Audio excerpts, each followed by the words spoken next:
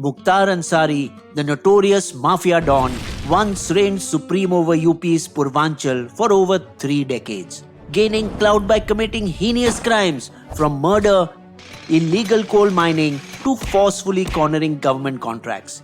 And as all these mafias do to save themselves, he too turned to politics in 1995, going on to become a 5-time MLA.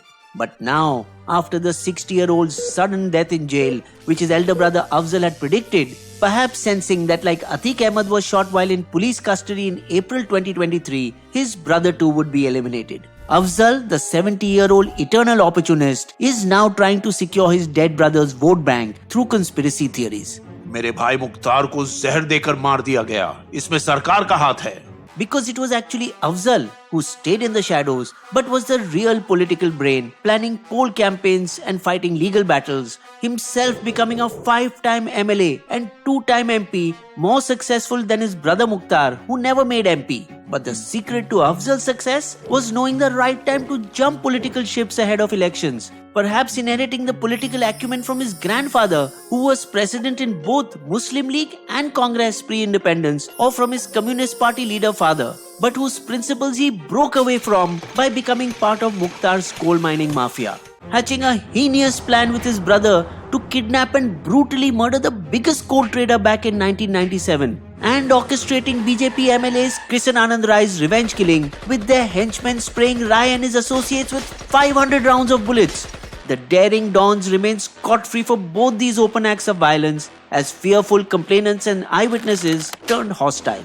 It was only after the Yogi government gave them witness protection in 2023, specifically for these two cases, that they gave evidence for a court to find them guilty, with Mukhtar getting 10 years in jail for his direct involvement and Afzal 4 years as an accomplice. Stripped of his MP seat for a minimum 6 years under the Act, yet greedy to hold on to political power, he applied for bail, which surprisingly was generously granted by the Allahabad High Court in July 2023, which the Supreme Court not only upheld, but also temporarily restored his membership as MP and allowed him to contest on the grounds that It will cause irreparable damage to the convict and his constituency if he is acquitted later. now riding Samajwadi Party's cycle on a sympathy wave against Mukhtar's death, he will fancy his chances against BJP's greenhorn Parasnath Rai in this election. However, because his political fate hangs by a thread, as the Allahabad High Court may give its verdict on the challenge to his conviction even before elections, he introduced his daughter Nusrat into the campaign as his proxy candidate were he to get convicted, who is even seen worshipping in temples to get support of the Hindu electorate. But it was the Congress, under Sanjay Gandhi's influence, who started using goons as proxy to implement his agendas like Nasbandi, vasectomy in the 1970s. During the emergency years 75 to 77, internal democracy in the Congress died and loyalty to Indira Gandhi became absolute. And this Sanjay culture helped many criminals and thugs to get into positions of leadership in the Congress.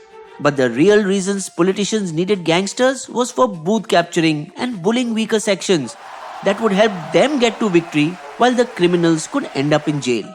Though sometimes they were required from there as well, like when Congress got Afzal, Atiq and 4 other hardened criminals released from different jails in July 2008 just to get them to parliament and support Dr. Manmohan Singh's tottering UPA government against a left plus BJP no confidence motion. However, the trend soon changed and smart criminals like Arun Gavli and Atiq Ahmed themselves turned to politics to better influence some arms of the law. By the late 1980s, BJP also started aping Congress and took in strongmen like Brij Bhushan Singh. The 6-time MP, 5 of it as a BJP legislator, built a mountain of money allegedly through liquor contracts, coal mining, illegal sand mining and educational institutions in UP.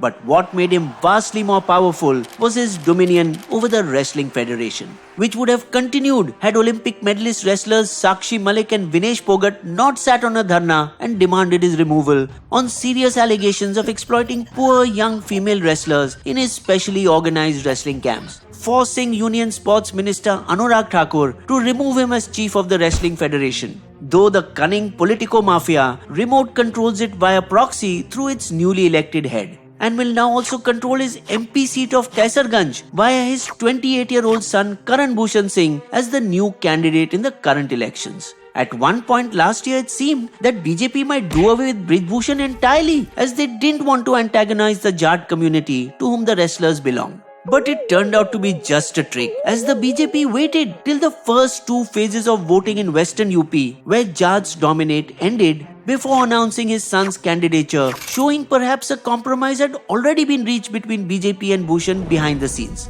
Some of this duplicity is even been seen in UP's Yogi government that has otherwise been tough on gangsters. Mafia को मिट्टी में मिला देंगे. Vikas Dubey, the dreaded gangster, was encountered while in police custody, and many more were eliminated in the 7 years of his rule. And even though the bulldozer Baba cleaned up most mafia political candidates, including Samajwadi's Mohammad Azam Khan and Vijay Mishra, and BSP's Dhananjay Singh, they are still trying to make their way back via proxies. Dhananjay Singh put his South Indian wife Shrikala Reddy on BSP's bandwagon as his proxy candidate from Jaunpur. मैं जौनपुर की बहू हूँ. Though BSP pulled the rug out from under her candidature just 20 days later, angry at Dhananjay's internal collusion with the BJP. In Bihar, India's other gangster-prone state, Nawada's notorious 62-year-old Ashok Mahato came out after 17 years in jail in 2023, where he had spent time for being the main accused in the Upsad massacre for killing 12 people during the violent caste wars of the 1990s. The first thing the sexagenarian did was to marry the younger 46-year-old Anita Kumari, that too during the Karmas inauspicious period, so as to get her a party ticket to run by proxy for him from Munger constituency as arranged with RJD chief Lalu Prasad. विजयी भाव और मेरा नाम रोशन करो. Almost simultaneously, Nitish Kumar arranged parole for another notorious don, RJD's ex-MLA Anand Singh, just a week before Munger went to polls, who showcased his clout by riding on a convoy of more than 100 vehicles in support of JDU's Lalan Singh, who will be fighting against Mahato's wife. This Bahubali did the same in the past, making his wife Neelam Devi a proxy MLA from Mokama in 2022, his former seat before conviction. Five-time MLA Bima Bharti is so dabang that she helped her mafia husband Avdesh Mandal escape from police custody within 48 hours of his arrest in 2016. But now Mrs. Bahubali will be fighting on a RGD ticket from Purnia this year as her husband again rots in jail in an Arms Act case. Possibly, Bihar is the pioneer of proxy candidates, as RJD's Lalu Prasad himself started the tradition by making his wife Rabri Devi Chief Minister of Bihar when he was convicted. JDU's Nitish Kumar couldn't be left far behind, as he too gave a spousal proxy ticket to Lovely Mohan to contest from Shiohar. She is the wife of terrorizing Don Anand Mohan, convicted in the 1994 murder of the Gopalganj District Magistrate G. Krishnia. In July 2013, the Supreme Court struck down Section 8(4) of the Representation of the People's Act 1951. This loophole allowed convicted representatives 3 months to get a stay from a higher court and continue as MP or MLA in the time being. This was now firmly closed. Any elected representative who is convicted even in the lower court will be immediately disqualified. In Feb 2020, the highest judiciary tried to make it still harder for them. Criminal backgrounds of candidates must be advertised openly on all social media platforms. Since then, there has been a drive to clean up politics, largely thanks to the work of civil society groups, activist lawyers, and the Election Commission. The Association for Democratic Reforms is also one such group in the forefront of this movement. 40% of India's MPs face criminal charges, including rape and murder. Yet no one has been able to figure out how to stop political resurrection of mafias via proxies of their wives, sons or daughters.